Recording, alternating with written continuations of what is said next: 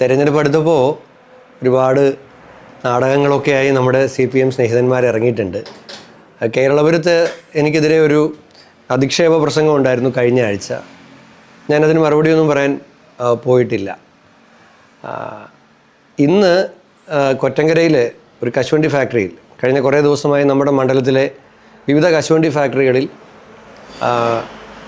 നമ്മൾ medical camp നടത്തിക്കൊണ്ടിരിക്കുകയാണ്. അപ്പോൾ അതിലൊരു ഫാക്ടറിയിൽ മെഡിക്കൽ ക്യാമ്പ് നടന്നുകൊണ്ടിരിക്കുന്നു. മെഡിക്കൽ ക്യാമ്പ് ഉദ്ഘാടനം ചെയ്ത് പോരാൻ നേരം സ്വാഭാവികമായി അവിടെയുള്ള തൊഴിലാളികളൊക്കെ വന്ന് നമ്മളോട് ആവശ്യങ്ങൾ, കുശല അന്വേഷണങ്ങളൊക്കെ നടത്താറുണ്ട്. അപ്പോൾ അതിൽ നിന്നും ഒരു സഹോദരി വന്നിട്ട് ചില കാര്യങ്ങൾ സംസാരിച്ചു തുടങ്ങി. MP-യുടെ കാര്യം ചില കാര്യങ്ങൾ പറഞ്ഞു. പിന്നീട് പൊതുവായ ചില കാര്യങ്ങൾ പറഞ്ഞ് ഇടയ്ക്കിടയ്ക്ക് ഞാനൊരു കോൺഗ്രസ്സുകാരിയാണെന്ന് പറയുന്നുണ്ടായിരുന്നു. പിന്നീട് ശബരിമലയിലെ സ്വർണം കട്ടതിനെക്കുറിച്ച് ഞാനെന്തോ പറഞ്ഞതിനെക്കുറിച്ചൊക്കെ ആയപ്പോൾ എനിക്ക് മനസ്സിലായി ഇതൊരു സ്ക്രിപ്റ്റഡ് ആയിട്ടുള്ള ഒരു കാര്യമാണ്. നോക്കുമ്പോൾ 2 ചെറുപ്പക്കാരിൽ നിന്ന് വീഡിയോ എടുക്കുന്നുണ്ട്. ഇത് കൊറ്റങ്കരയിലാണ് കമ്പനി. പെരിനാടുള്ള SFIയുടെ ഏരിയ സെക്രട്ടറി ജിജോയാണ് ഈ കശുവണ്ടി ഫാക്ടറിയിൽ വീഡിയോ എടുക്കാൻ വന്നതെന്ന് പിന്നീടാണ് മനസ്സിലായത്. ഞാനെങ്കിലും വളരെ സ്നേഹത്തോടു കൂടി കശുവണ്ടി മേഖലയ്ക്ക് വേണ്ടി നിയമസഭയിലൊക്കെ ചെയ്ത കാര്യങ്ങളൊക്കെ പിന്നെ അവരോട് വിശദീകരിച്ചു. നിയമസഭയിൽ ഞാൻ പോയിട്ട് പലതവണ പറഞ്ഞു, ഉമ്മൻചാണ്ടിയുടെ കാലത്ത് 3 പെൻഷൻ വരെ ഉണ്ടായിരുന്നു പാവപ്പെട്ട കശുവണ്ടി തൊഴിലാളികൾക്ക്. അവരുടെ വിധവാ പെൻഷനും വാർദ്ധക്യകാല പെൻഷനും ഈ പിണറായി വിജയൻ സർക്കാർ വന്നിട്ട് മാറ്റി. അത് അവർക്ക് അർഹതപ്പെട്ടതാണ്. ക്ഷേമനിധി പെൻഷൻ എന്ന് പറഞ്ഞാൽ നമ്മുടെ അംശാദായം അങ്ങോട്ട് അടയ്ക്കുന്ന ആ സഹോദരിയോട് പിന്നീട് ഈ ഗവൺമെൻറ് കശുവണ്ടി തൊഴിലാളികളോട് ചെയ്യുന്ന ദ്രോഹങ്ങൾ പറയുണ്ടായി. എന്നിട്ട് ഞാൻ പോരുന്നു. ഞാൻ കമ്പനിയിൽ നിന്ന് ഇറങ്ങി കുറച്ച് കഴിഞ്ഞ് എനിക്ക് കൊല്ലത്തൊരു പരിപാടി ഉണ്ടായിരുന്നു, ഒരു അവാർഡിൻ്റെ ചടങ്ങ്.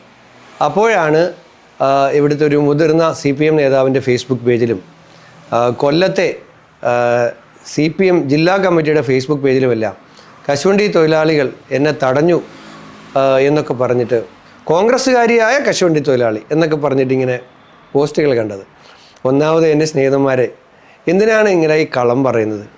എന്നോട് വർത്തമാനം പറഞ്ഞ ഒരു സഹോദരി, അവരുടെ മകൾ ഈ കഴിഞ്ഞ പഞ്ചായത്ത് ഇലക്ഷനിൽ കൊറ്റങ്കരയിലെ ഗോപികാ സദനം സ്കൂൾ വാർഡിലെ CPMൻ്റെ സ്ഥാനാർത്ഥിയായിരുന്നു. മകൻ എല്ലാവർക്കും അറിയാവുന്ന DYFI പ്രവർത്തകനാണ്. എന്ത് CPM ആണെന്ന് പറഞ്ഞാൽ നിങ്ങൾക്ക് കുറച്ചിലായി തുടങ്ങിയോ? കോൺഗ്രസ്സുകാരിയാണ് എന്ന് പറഞ്ഞ് എന്തിനാണ് ആളുകളെ തെറ്റിദ്ധരിപ്പിക്കുന്നത്? അപ്പോൾ കോൺഗ്രസ്സുകാരി MLAയോട് ഇപ്പോൾ എന്നോടിപ്പോൾ ഒരാൾ, ഞാൻ MLA എന്ന നിലയിൽ ഇപ്പോൾ ചൂടായാൽ പോലും എനിക്ക് പ്രശ്നമില്ല. പക്ഷേ കോൺഗ്രസ്സുകാരി ചൂടായി, തടഞ്ഞു വെച്ചു എന്നൊക്കെ പറഞ്ഞ് എന്തിനാണ് ഈ വ്യാജ പ്രചരണം നടത്തുന്നത്? ഞാൻ അതിനുശേഷവും ആ കമ്പനിയിൽ പോയി ചെന്നപ്പോൾ അവരെല്ലാവരും വന്നു, ഈ സഹോദരി ഒഴികെ. അവർ വന്നിട്ട് പറഞ്ഞു, ഞങ്ങൾ കണ്ടു വാട്സാപ്പിൽ. അപ്പോഴത്തേക്ക് വാട്സാപ്പ് പ്രചരണം തുടങ്ങിയല്ലോ. ഞങ്ങൾക്ക് അതിനകത്ത് വിഷമം ഉണ്ടായിട്ടുണ്ട്. സാർ ഇങ്ങനെ ഒരു നല്ല കാര്യം ഞങ്ങൾക്ക് വേണ്ടിയിട്ട് ചെയ്തു, മെഡിക്കൽ ക്യാമ്പ് ഇതിനകത്ത് വെച്ചു, ഞങ്ങൾ അവർക്ക് വേണ്ടിയിട്ട് ക്ഷമ ചോദിക്കുന്നു എന്ന് പറഞ്ഞാൽ ചെയ്യാനായിട്ടാണ് വന്നത്. അതിനകത്ത് കയറി ഈ പ്രശ്നങ്ങൾ ഉണ്ടാക്കിയത് ഇതിനകത്ത് രാഷ്ട്രീയം വേണ്ട, എല്ലാവരും മനുഷ്യർ, എല്ലാവരും ഒരുപോലെ. ഞങ്ങൾക്കിത് വേണ്ടിയുള്ള ഒരു ആവശ്യമായിരുന്നു. അതുകൊണ്ടാണ് ഞങ്ങൾ മാപ്പ് പറയുന്നത്. ഞാൻ പറഞ്ഞു, ഒരു ക്ഷമയും വേണ്ട, ഈ ക്യാമ്പും കാര്യങ്ങളൊക്കെ നന്നായി നടന്നല്ലോ എന്ന് അവരോട് പറഞ്ഞു. അവരോട് സ്നേഹം പങ്കുവെച്ച് ഞാൻ പോരുന്നു.